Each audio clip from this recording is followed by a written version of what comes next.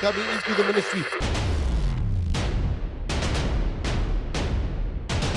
By at this time, we know that we need to win souls and bring them into the kingdom of God, and we minister these things again. You know, we give them milk. It's exciting.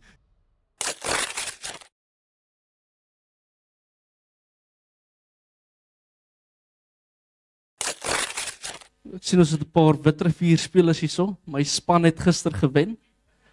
Ek is so trots op hulle. Ek is jammer vir my medemense.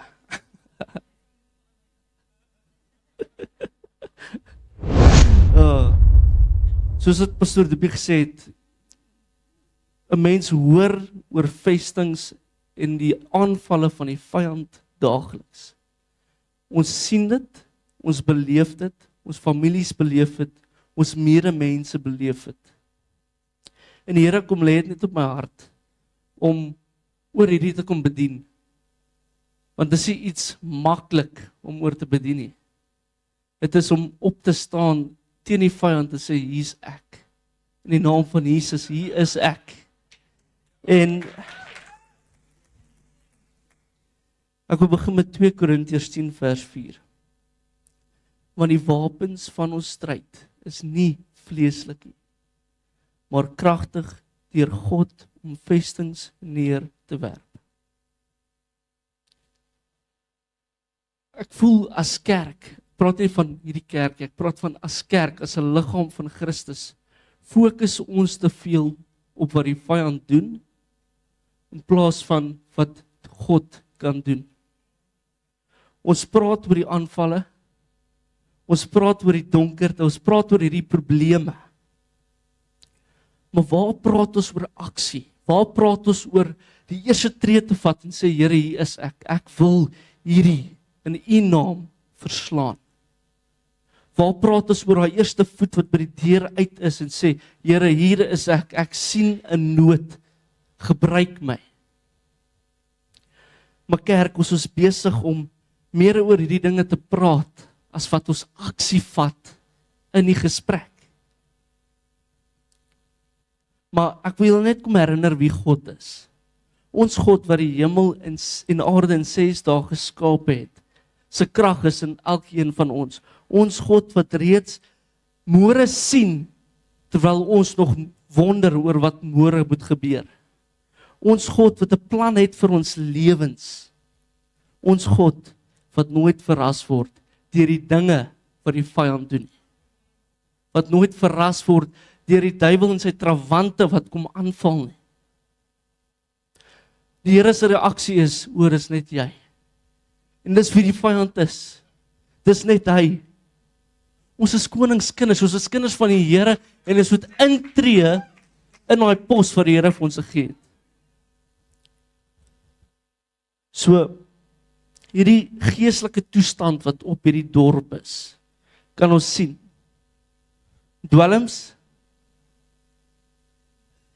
leuns, satanisme. Satanisme is 'n groot ding in hierdie dorp. En ons sien dit, ons beleef dit, ons families voel dit. En 'n vesting van voortdurende aanvalle van die vyand. Ons sien dit in elke oomblik waar dinge verkeerd kan loop. Maar gemeente, vandag wil ek eerlik wees. Met hierdie dinge in ons dorp, dit voel of ons dorp verkrag word. Dit voel of ons dorp mee gespeel word en dit speel met die kinders van die Here se harte. En ons sien dit, dit is nie alleen nie. Dit is ook 'n groot woord om te gebruik, maar dit is groot dinge wat gebeur in ons dorp. Gesinne word gebreek. Jong mense word mislei. Gister by die rugby, ek is skaam om hierdie te sê, maar ek het van my eie jeugkinders gesien, wat nog eens oud genoeg is om 'n leerling lisensie te hê nie, besig om te drink. En dis die toestand wat hierdie jeug in is, dis die toestand wat gebroke families in is. En 'n mens kan dit nie wegsteek nie, dis in die openbaar. Maar wat in die openbaar is, kan God lig opskyn. So die groot vraag is, wat doen ons Nie ons as kerkie, wat doen ons as kinders van die Here? Kla ons sê, ja, kyk hoe lyk hierdie dorp. Kyk hoe lyk daai persoon. Ja. Ons kyk meer na die sondaar as wat ons kyk na die sonde. Of wag ons? Ja, dis goed om te wag op die Here. Maar die ander ding is, dalk wag die Here op ons. Dalk wag die Here op ons om aksie te neem en in geloof op te staan en sê, Here, hier is ek. Hierdie dorp is soos Lazarus. Hierdie dorp is besig om dood te gaan. Maar die ding van Lazarus se storie is, 4 dae later het hy weer opgestaan. En dit is deur die krag wat die Here vir ons gee, dat ons kan sê, hierdie dorp sal weer opstaan. Nie met die aksie van mense nie, maar van die aksie deur die Heilige Gees, deur die mense. So, my eerste punt, is elke oorlog gaan oor grondgebied. As ons kyk na Israel, daai oorlog is nie net fisies nie, dis geestelik. Daar's 'n groter prentjie in daai oorlog. Maar die grootste oorlog op aarde gaan nie oor land nie. Dit gaan oor harte. Dit gaan oor vesting wat in daai hart gevestig is. Miskien het die vyand al vir jou gesê, hierdie plek sal nooit verander nie, of jy sal nooit verander nie. Dat jy nie goed genoeg is nie. Jy is nie goed genoeg om hierdie plek te verander nie. Jy beïnvloed niks nie. En die ding is, die vyand is daar om leuns te versprei van jou identiteit, wat jy kan doen, hoe jy dit kan doen, en hoekom jy dit moet doen. Die vyand is 'n leenaar. En die vyand is nie so magtig soos hy dink hy is. Hy is klaar verslaan. Kerk, ons is banger vir die geskepte as wat ons is vir die Skepper. Satan was geskep. Hy was die eerste gedagte en toe kom hy in as 'n geskepte. En ons God wat saam met ons is, wat die Skepper van die hemel en aarde is, gee vir ons die krag om deurbraak te maak, om deurbraak te sien, deurbraak te beleef.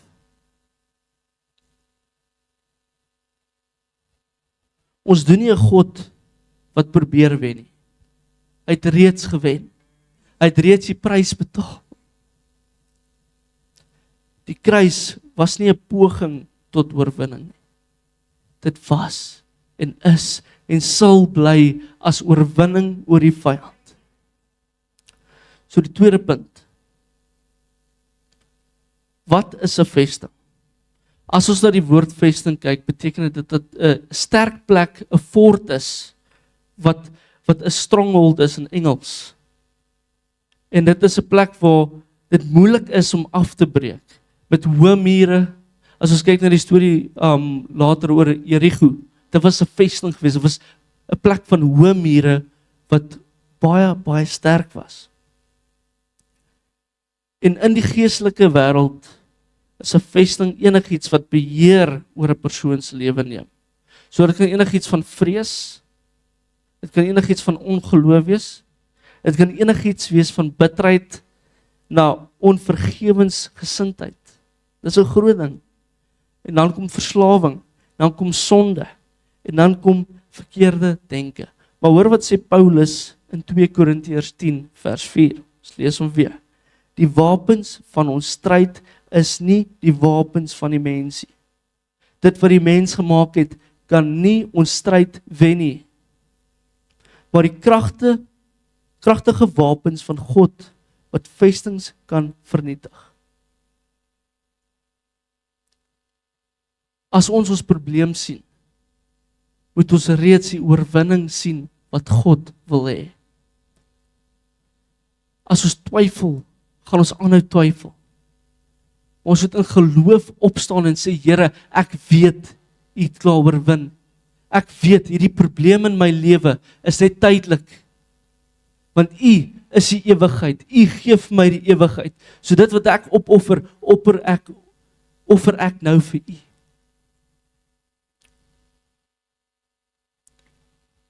Die vyand bou vestings op leuns en God verbreek dit met die waarheid van sy woord. Die vyand bou vestings deur vrees. God breek vestings af deur geloof. Die vyand bou vestings in mense se gedagtes. Maar Christus neem elke gedagte gevange onder sy heerskappy. Kerk, ons het besef, daar is twee koninkryke. Daar is twee magte. Dit is die koninkryk van Jesus, en dan is dit die koninkryk van hierdie wêreld, met die vyand en al sy trawante. En dit is op ons om daai keuse te maak. Dit is op ons om in te spring in daai roeping wat die Here vir ons gegee het om 'n verskil hier te maak. Ja, ons kan bid vir Israel, vir wat daar gebeur, ons doen, ons moet. Maar wanneer laas het ons gebid vir ons eie dorp? Wanneer laas het ons gebid vir die mense op die straat? Wanneer laas het ons gebid vir die mense wat ons sleg gedoen het?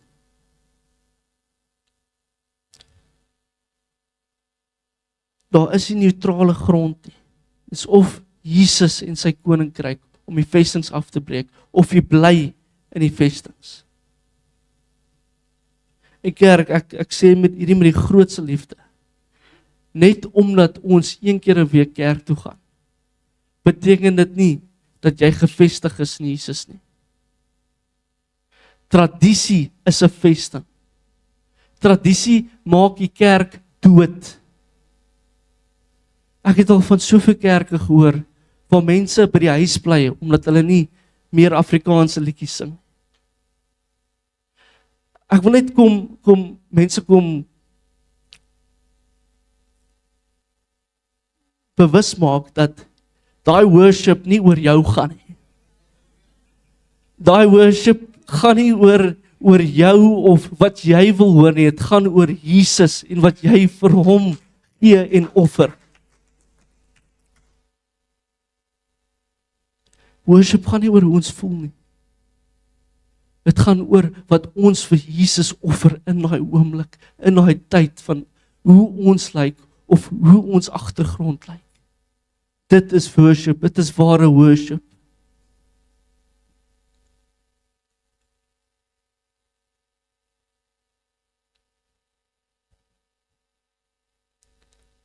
Die derde punt is,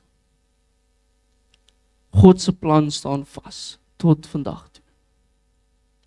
Jeremia 29 vers 11. Want ek weet watter gedagtes ek aangaande julle koester, spreek die Here. Nie die mensie, die Here. Gedagtes van vrede en nie van onheil nie, om julle hoopvolle toekoms te gee. So die konteks van hierdie is, die volk was in ballingskap. Alles rondom hulle het gelyk asof God se plan misluk het. En God kom gee hierdie woord. Daar staan, maar God sê, ek weet. Nie mensie, nie ekie, maar God weet. Ons sien die stryd, God sien die oorwinning. Ons sien die pyn, maar God sien die herstel van daai pyn. Ons sien die doodsloopstraat. God sien die deur wat oopgaan. Spreuke 19 vers 21. Dit is 'n mooi vers. Baie planne in die hart van 'n man, maar die raad van die Here, dit sal bestaan. Die vyand het planne, hy het baie planne. Ons as mens het verskriklik baie planne.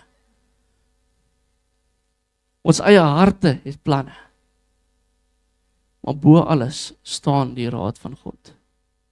Bo alles staan God se woord, sy teenwoordigheid, sy liefde, sy hoopvolle toekoms vir ons.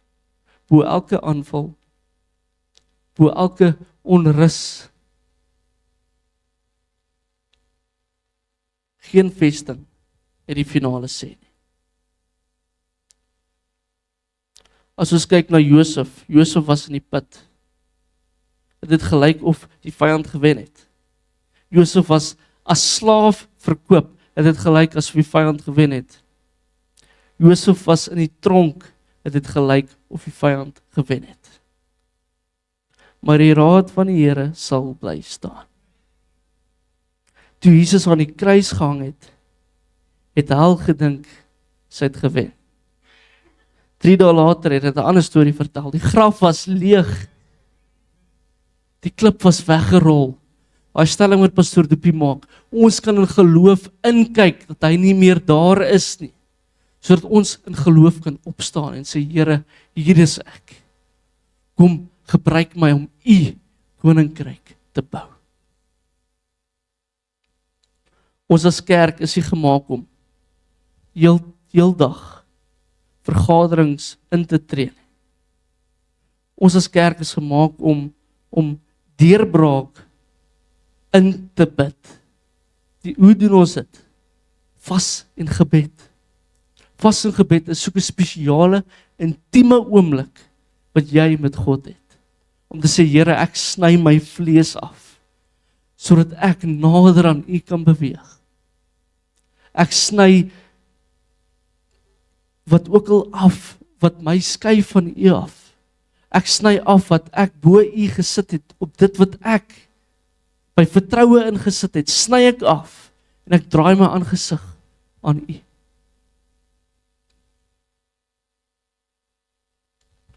Baie mense bid vir deurbraak, maar hulle maak nie die deur oop vir wat God wil doen nie.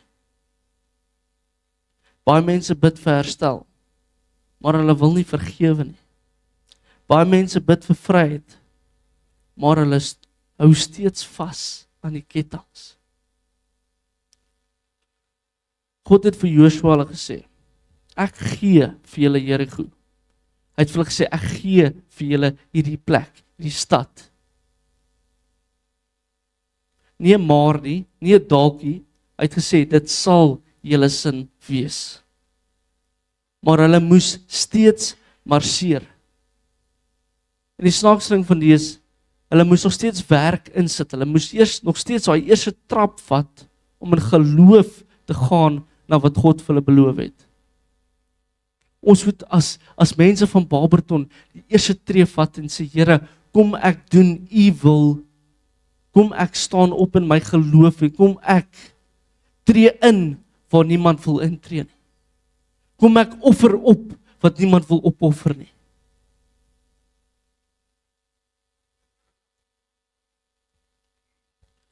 God het vir Gideon die oorwinning beloof, maar hy moet nog steeds optree. God het vir Moses die Rooi See oopgemaak, maar hy moes nog steeds sy staf lig. Kerk, ons moet aksie neem. Ons kan bid, en ons kan bid, en ons kan bid. Maar gebed sonder aksie is net wag. Gebed sonder aksie is net ons wat wag op die Here. Die Here sê vir ons, doen wat julle moet doen. Bid vir wie julle moet bid. Tree op in geloof soos wat julle moet.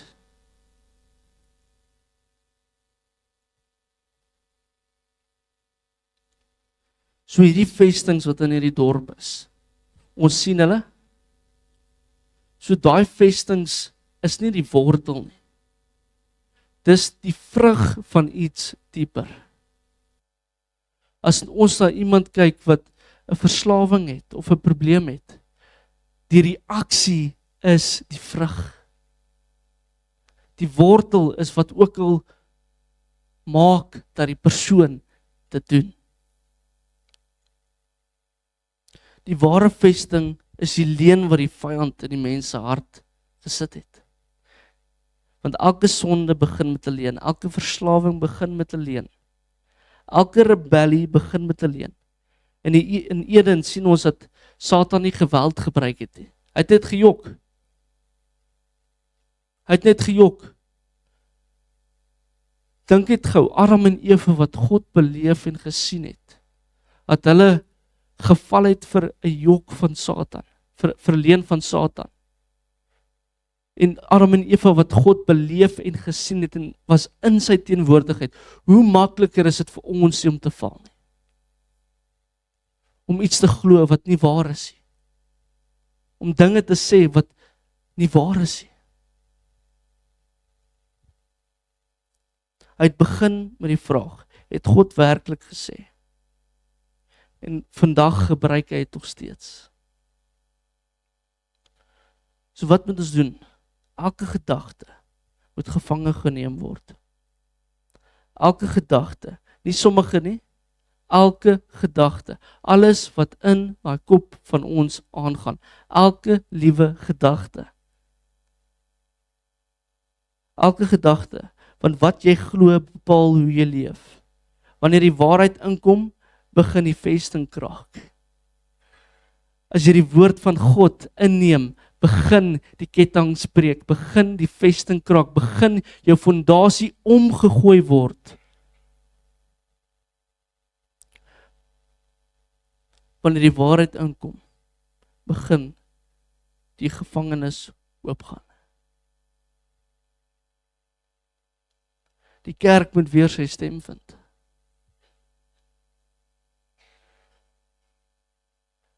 Ek dink vir myself, wat 'n verskil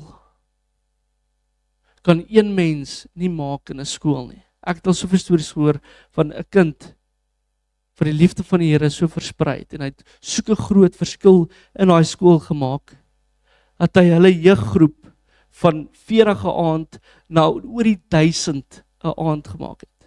Halfte van daai skool was nie die jeuggroep toe as gevolg van een kind. As gevolg van een kind wat 'n verskil gemaak het in 'n donker plek waar God potensiaal gesien het. En as 'n gesegde wat sê, God doesn't call the qualified. He equips the call. Ag ja, sorry, andersom. Maar hulle verstaan wat ek probeer sê. So as ons kyk na Jericho, dit was 'n groot vesting wat moes val. En ons het gehoor dat dit 'n belofte was van God. So dink dit gou vir jouself in. Jy sien hierdie massiewe mure om Barberton. En jy moet nou dink, ja, hoe moet ek oor daai muur klim? Ek was 10 jaar laas in die gym. Ek was 20 jaar laas het ek rugby gespeel. Hoe moet ek oor hierdie muur kom? Maar God het nooit gevra hoe sterk die mure is nie. Hy het gevra hoe groot hulle geloof is. Ons sien die probleem, maar ons sien nie die resultaat daarvan wat deur God se woord kan kom nie. Ons sien die foute, maar ons sien nie die liefde wat Jesus wil gee nie. Die volk moes bid, hulle moes marseer, hulle moes aanbid, en die mure het toe geval. Waarom? Omdat geen muur sterker is as God. Geen muur is sterker as sy beloftes nie. Geen muur is sterker.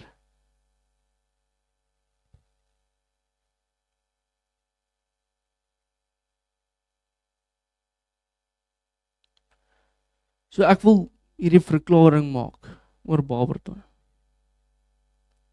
Ek glo nie Barberton se beste dae lê agter hom nie. Kerk, glo julle dit vanoggend? Glo julle dat die Here nie klaar is met Barberton nie? Ek glo sy beste dae lê voor hom. Ek glo God het nog nie opgegee op Barberton nie en hy sal ook nie. Ek glo God het nog nie opgegee op sy jong mense nie, op die jeug. Ek glo God het nog nie opgegee op sy families nie. Waar die vyand donkerte bring God die lig. Waar die vyand dood bring God lewe. En kerk, ons moet, soos wat Jesus vir Lazarus uitgeroep het, moet ons hierdie dorp weer aan die lewe roep. Ons moet hierdie dorp weer aan die lewe bring deur Jesus. Opinies is besig om die kerk dood te maak. Opinies is besig om hierdie dorp dood te maak. Ons wen nie ons gevegte deur opinies nie. Ons wen ons gevegte op ons knieë. Ons wen die stryd op ons knieë.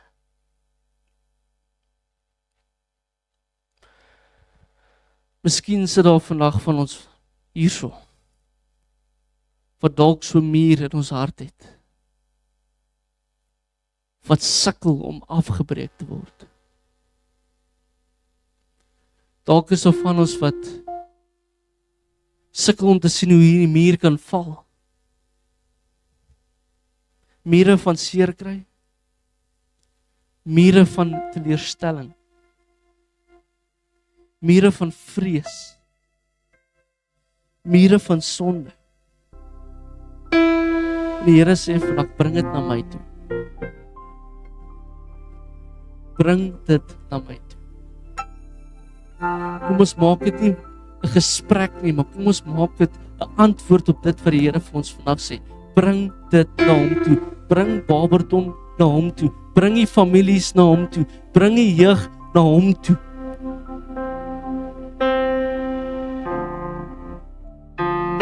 Wat jy nie kan breek, kan hy breek. Wat jy nie kan genees nie, kan hy genees. Wat jy nie kan herstel, kan hy herstel.